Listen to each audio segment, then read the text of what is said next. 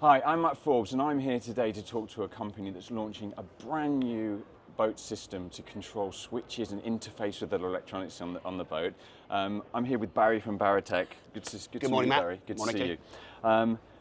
Well, welcome to IBEX. It's a fantastic stand you've got here. I sort of admiring it before I came up. It's really good that you've got such great demos and everything for people to look at.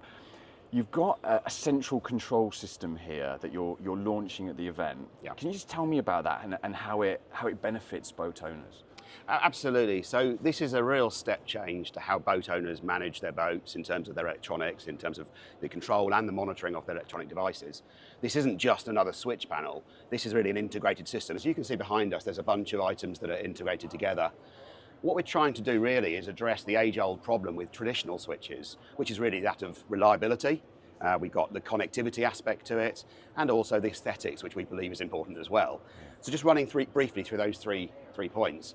On the reliability side, the problem with mechanical switches, the traditional plastic rocker switches, of course, is water gets in, salt fog, UV damage, and so on.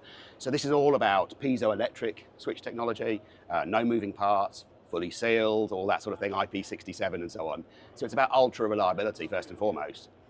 The second thing is the connectivity. This is no longer just about having a switch which just talks to a relay. It's about having a whole control system.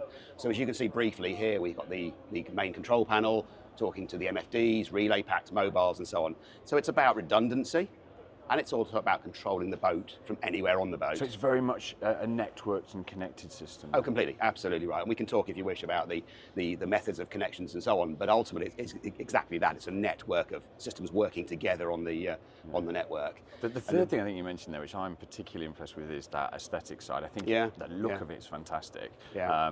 I think we've seen in the industry a big drive towards what people kind of refer to as glass bridge type design for helm. Yeah. One or two screens, trying to simplify that, and obviously real estate on those helms is at a premium. Absolutely. And I guess that I would see these panels as being in the vein of that and having a very similar look and feel to as the MFD manufacturers have designed their units. Absolutely, we would agree fully. I mean, it's incredible. You know, as you know, you were at Cannes and Genoa, and I saw you there. And you go on these multi-dollar boats, which look amazing, and they're aspirational, and the aesthetics are astonishing. And then very often you see a bank of traditional switches, which are maybe looking a little bit cheap and not in keeping, shall we say. So what we're trying to do is give the aesthetics in keeping with the boat. As you say, you sit at maybe the helm and you have these beautiful plotters and MFDs and all these beautiful control systems. And this is about trying to have a switch solution that's in keeping with that. But an interesting point, we always gravitate towards the helm station. It's fantastic. Yeah. I think we've seen in the industry a big drive towards what people kind of refer to as glass bridge type design for helm. Yeah. One or two screens, trying to simplify that, and obviously real estate on those helms is at a premium. Absolutely. And I guess that I would see these panels as being in the vein of that and having a very similar look and feel to as the MFD manufacturers have designed their units. Absolutely, we would agree fully. I mean, it's incredible. You know, as you know, you were at Cannes and Genoa, and I saw you there. And you go on these multi-dollar boats, which look amazing, and they're aspirational, and the aesthetics are astonishing. And then very often you see a bank of traditional switches, which are maybe looking a little bit cheap and not in keeping, shall we say. So what we're trying to do is give the aesthetics in keeping with the boat. As you say, you sit at maybe the helm and you have these beautiful plotters and MFDs and all these beautiful control systems. And this is about trying to have a switch solution that's in keeping with that. But an interesting point, we always gravitate towards the helm station. This isn't just about the helm station, of course. So think about, you know, a reasonable sized boat. You've got bathing platforms, you've got maybe winches on a sailing yacht, you've got anchor controls maybe, internal light switchings, even toilets, heads, you know, anywhere. It's all applicable. Fantastic. Yeah. And I see that on this display here we're referencing Crusoe. Yeah. What is a Crusoe panel, and how does it integrate with the system you've just talked about? Absolutely, yeah. So this is our Crusoe panel here. Essentially, it's a sealed glass-fronted piezoelectric switch panel, and it's very much at the heart of the system. And it links seamlessly then to a number of devices, and we have some examples here. So an obvious one being the MFDs. So this is a multifunctional device, and we're agnostic in that respect, of course, as well, because people will choose maybe Garmin or Raymarine or whoever. So we are fully compatible then. So yeah. if I had a preference for a brand, whatever that might be, and maybe I've already installed some of these products and retrofit. That we can work with. Oh, completely, absolutely. I mean, this is demonstrative in that respect. So absolutely, we can work with any suppliers. Ultimately, we're on NEMA 2000, which is, I think, probably what you'd expect us to be saying, communicating via PGNs, of course.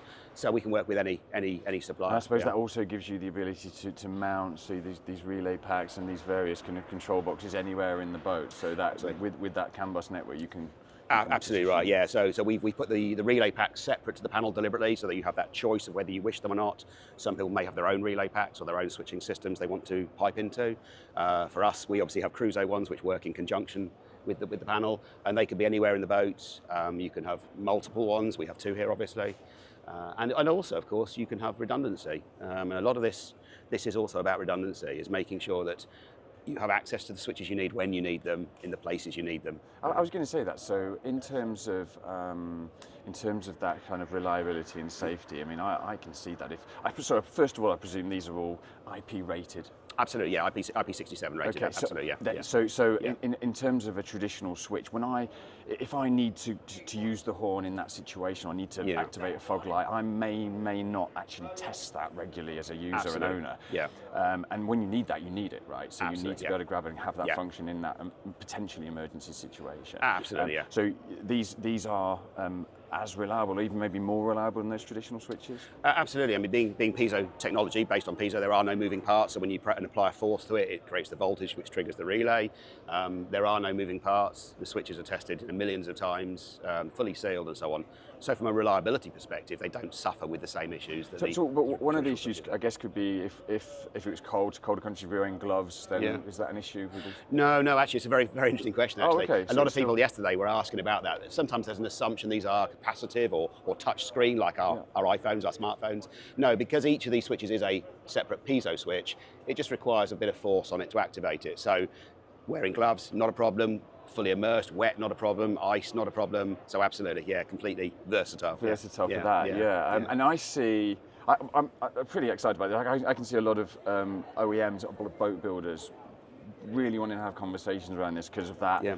I think all of the tech behind is really interesting, but the look and feel for sure is really great, and I think people are looking for that. Thank you. How would, though, is this a fixed panel? Would an OEM be able to work with you to customize in some way, and so you can deliver what they need? Absolutely. I mean, the business has been trading 35 years. We've grown our business very much on creating totally bespoke solutions. So any customer asks us to build this thing, whatever it is, we build it, we test it, we prototype it, and so on. But this is really moving towards, as you say, the OEM market. The Crusoe panel is designed to be configurable. So it comes with multiple selection options you can choose. So maybe if you can see them on camera here, some examples. Each customer can choose things like, for example, the number of switches, the orientation of the panel, whether they wish NEMA or not, whether they wish relay packs, even down to each individual switch, the function of the switch, whether it's latching on off or whether it's momentary or continuous, the backlight color, the active color, even a buzzer, text icon, everything. That's all customized by the user. Yeah. And I think the key thing worth saying there is that we as a manufacturing business have worked very hard to ensure that once those selections are made and the custom panel has been designed by the user, we can then turn it around in a really fast lead-in time. So within 45 days, we will get that panel out, which is kind of unheard of in manufacturing.